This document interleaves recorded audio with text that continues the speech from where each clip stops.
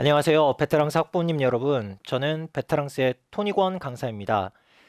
이번 2022년 베테랑스 여름방학 특강 문학 설명회 지금부터 시작하겠습니다.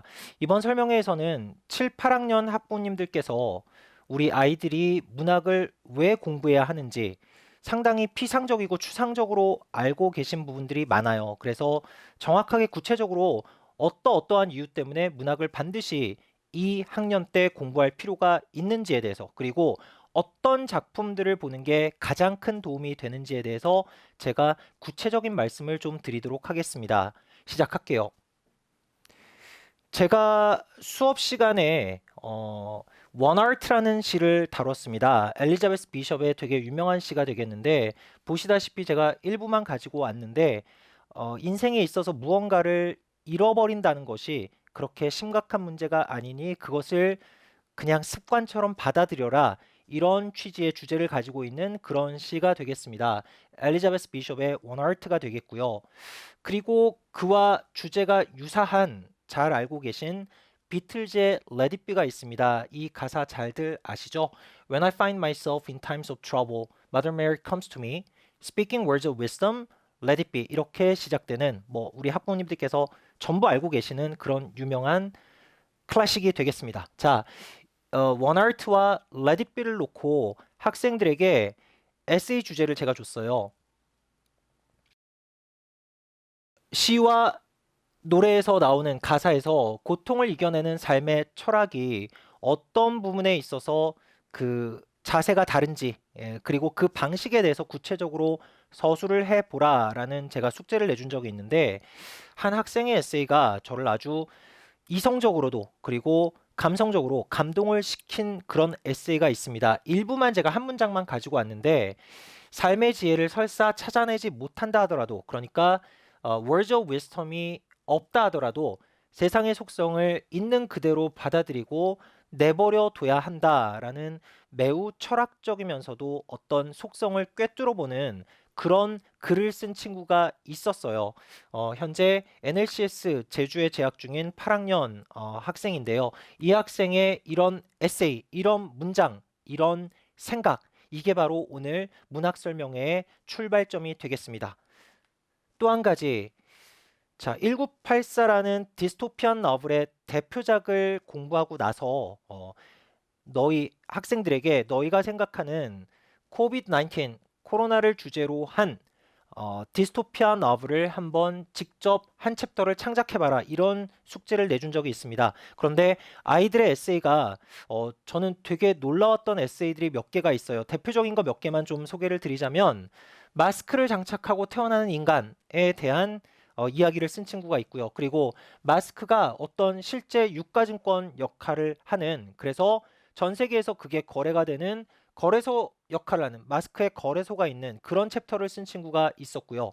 그리고 매년 한 번씩 백신을 맞다 보니까 60번째 백신을 맞을 때는 어떤 잔치를 벌이게 되는 그런 모습을 그렸던 학생이 있고요. 그리고 태어날 때 젠더가 남과 여가 아니라 알파와 델타, 이런 것처럼 이런 젠더를 가지고 인간이 태어난다, 그런 세계를 그린 친구도 있었습니다. 참으로 우리 아이들의 상상력 놀랍지 않습니까? 자, 포인트는 상상력입니다. 창의적 사고의 유일한 수단이 되는 문학 리딩이에요. 문학을 읽는다라는 것이 어떤 행위냐면 자기 스스로 나름대로 그 상황을 재해석하게 되고요. 그리고 문학책을 정독을 하다 보면 어쩔 수 없이 작품 속 상황에 대해서 나를 던져보게 됩니다. 이를테면 똑같은 상황이라 하더라도, 작품이라 하더라도 영화를 보게 되면 비주얼 형태가 너무나 편안하게 나에게 모든 정보와 상황을 제공을 해주기 때문에 그 상황 속에 나를 대입시키지는 못합니다. 그런데 텍스트의 위대함은 어떤 것이냐면, 텍스트를 읽다 보면 자기도 모르게 따로 노력하지 않아도 그 상황 속에 나를 대입시켜 보게 되는 거죠. 이게 창의적 사고력의 가장 큰 출발점이 되는 포인트다라는 거, 오늘 가장 중요한 포인트로 제가 학부모님들께 말씀드리고 싶은 주제예요. 자, 그리고 우리 아이들의 사고력 증진에 가장 좋은 행위가 어떤 거냐면, 이게 중요한 얘기예요. 읽을 때는 서정적인 글을 읽고요. 글을 쓸 때는 매우 논리적이고 분석적인 글을 쓰는 거, 이게 아이들의 사고력 발달에 가장 좋은 학습 행위가 되겠습니다.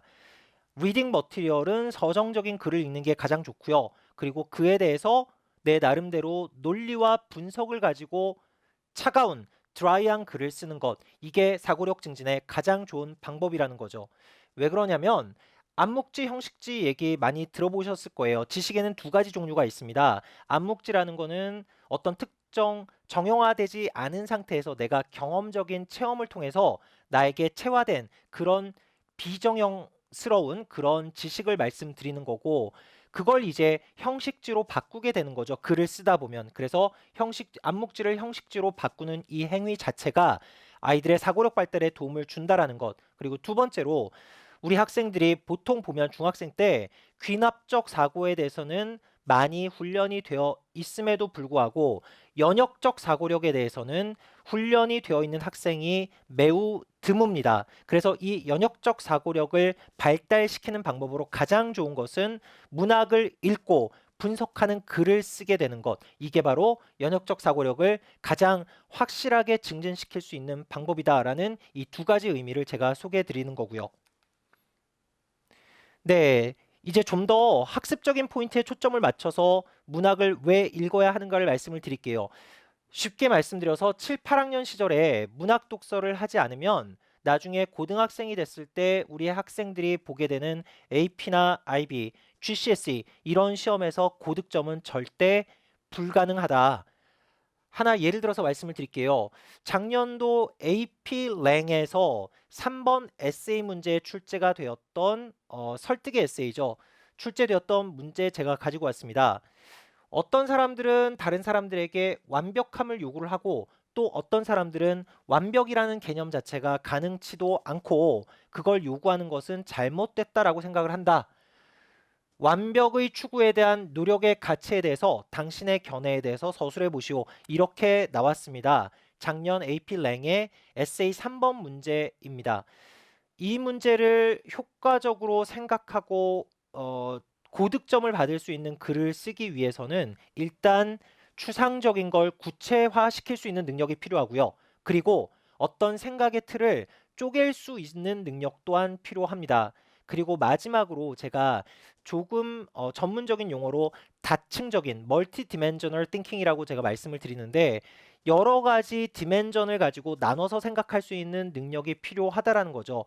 예를 들어 예시를 들 때에도 완벽함의 추구라는 것이 피겨스케이팅 선수나 아니면 오디션 프로그램에 나가는 가수 지망생에게 있어서는 오히려 완벽의 추구가 결과에 도움이 되지 않고, 많은 사람들 2, 300명의 목숨을 책임지는 비행기를 조종하는 파일럿이나 그리고 생사의 경계에 있는 환자의 수술을 담당하는 의사의 경우에는 완벽함의 추구가 중요하다. 이렇게 나눠서 생각할 수 있는, 분리해서 생각할 수 있는 능력, 이 멀티 디멘셔널 띵킹이라는 것도 역시 문학적인 사고, 문학의 공부를 통해서 가장 강력하게 키워질 수 있다라는 거, 오늘 설명회를 통해서 꼭 알아가셨으면 좋겠다라는 겁니다. 자, 그다음 고등학생이 되기 전에 선행학습을 그래서 우리 학생들이 7, 8학년 때 해야 되는데, 그 선행학습 딱 두 가지만 오늘 말씀을 드릴게요. 첫 번째로 알레고리, 그러니까 어떤 대상에 빗대어서 우회적으로 사회 비판을 하는 거를 알레고리라고 얘기를 합니다. 이런 20세기 사회 비판, 알레고리를 통한 너블들, 이런 소설들이 중요한 선행학습의 대상이 되어야겠고요. 두 번째로는 19세기, 20세기의 아메리칸 레이시즘인데, 이런 인종차별에 대한 그런 사회의 모습을 자연스럽게 익힐 수 있는, 공부할 수 있는 그런 문학, 이 두 가지 문학 작품은 반드시 7, 8대 선행 개념으로 우리 학생들이 읽어줘야 되는 작품이다라고 말씀드릴 수 있겠어요. 자, 각각 말씀을 드리겠습니다. 20세기 알레고리컬 너블은 크게 네 가지 제가 뽑아왔는데, 조지 웰의 애니멀 팜, 그리고 윌리엄 골딩의 잘 아시는 Lord of the Flies, 레이 브래들리의 Fahrenheit 451, 그리고 마지막으로 프란츠 카프카의 The Metamorphosis 이 네 작품이 대표적인 20세기 알레고리컬 너블에 해당이 되겠고요. 그리고 19세기, 20세기의 아메리칸 레이시즘에 관련된 대표적인 네 작품 하퍼 리의 To Kill a Mockingbird 그리고 프레드릭 더글라스의 Narrative of the Life of Frederick Douglass 세 번째로는 콜슨 화이트헤드의 니클 보이스 마지막으로 잘 아시는 마크 트와인의 Adventure of Huckleberry Finn 이 네 작품 아메리칸 레이시즘을 다룬 그런 작품들이 되겠습니다. 그리고 세 번째로 학생들의 라이팅 실력 향상 가장 학부모님들께서 많은 관심을 가지고 계신 그런 분야가 되겠어요. 라이팅 실력 향상에 도움을 받을 수 있는 그런 작품들이 어떤 게 있느냐? 자, 세 개의 책을 제가 추천을 합니다. 조지 오웰의 1984는 간결하면서도 파워풀하게 문장을 쓴다라는 게 어떤 건지를 확연하게 학생들이 느낄 수 있는 그런 책이 되겠고요. 두 번째로 피츠제럴드의 The Great Gatsby는 특징적인 게 문장 구조가 되게 다양해요. 그리고 아주 컬러풀한 형용사와 부사를 쓰기 때문에 형용사 부사 어휘력을 가장 많이 키울 수 있는 그런 어휘력에 도움이 되는 작품이 되겠고 마지막으로 준팔 라일이라는 작가가 현존하는 미국 작가들 중에서 가장 아름다운 문체를 구사한다라는 그런 평을 듣고 있는 작가입니다. 준팔 라일의 The Namesake 이 작품도 학생들에게 정말 추천하고 싶은 그런 작품이 되겠습니다. 그래서 이 라이딩 실력 향상을 위한 세 작품 잘 봐주셨으면 좋겠고요. 마지막으로 보통 학원들에서 잘 다루지 않는 문학 수업에서 다루지 않는 저희 베테랑스만의 독창적인 작품들입니다. 추천하는 작품들입니다. 스토너이라는 존 윌리엄스의 작품인데요. 영어라는 언어의 어떤 진수, 백미가 무엇인지를 보여줄 수 있는 그런 작품이 되겠고요. 그리고 저희 베테랑스에서 문학 수업을 할 때 단 한 명도 이 작품을 할 때 졸려하거나 지루해하는 학생은 본 적이 없습니다. 마크 헤던의 The Curious Incident of the Dog in the Nighttime 자폐증을 앓고 있는 크리스토퍼라는 어떤 소년의 눈으로 바라본 세상 그리고 사람에 대한 모습 그런 것들을 그린 아주 훌륭한 작품이 되겠고요. 마지막으로 그래픽 너블입니다. 이거는 아이비 공부에 특히나 많은 도움을 줄 수 있는 작품이에요. 페르세폴리스라는 작품이 되겠는데요. 이 어린 이란 여학생의 자라난 성장기를 통해서 본 어떤 사회의 격변기의 모습을 그린 작품이 되겠는데 그래픽 너블이다 보니까 그림과 텍스트를 연결시키는 그런 분석 능력을 키우는 데 있어서 아주 좋은 도움을 주는 작품이니까 잘 참고를 하셨으면 좋겠어요. 네, 지금까지 우리 학생들, 7, 8학년 학생들이 왜 문학 공부를 해야 하고 어떤 책을 읽는 것이 가장 큰 도움이 되는지에 대해서 말씀을 드렸습니다. 이번 2022년 저희 베테랑스 여름방학 특강 문학에서 학생들 이런 것들을 다 종합을 해서 저희 수업 자료 준비들을 했고요.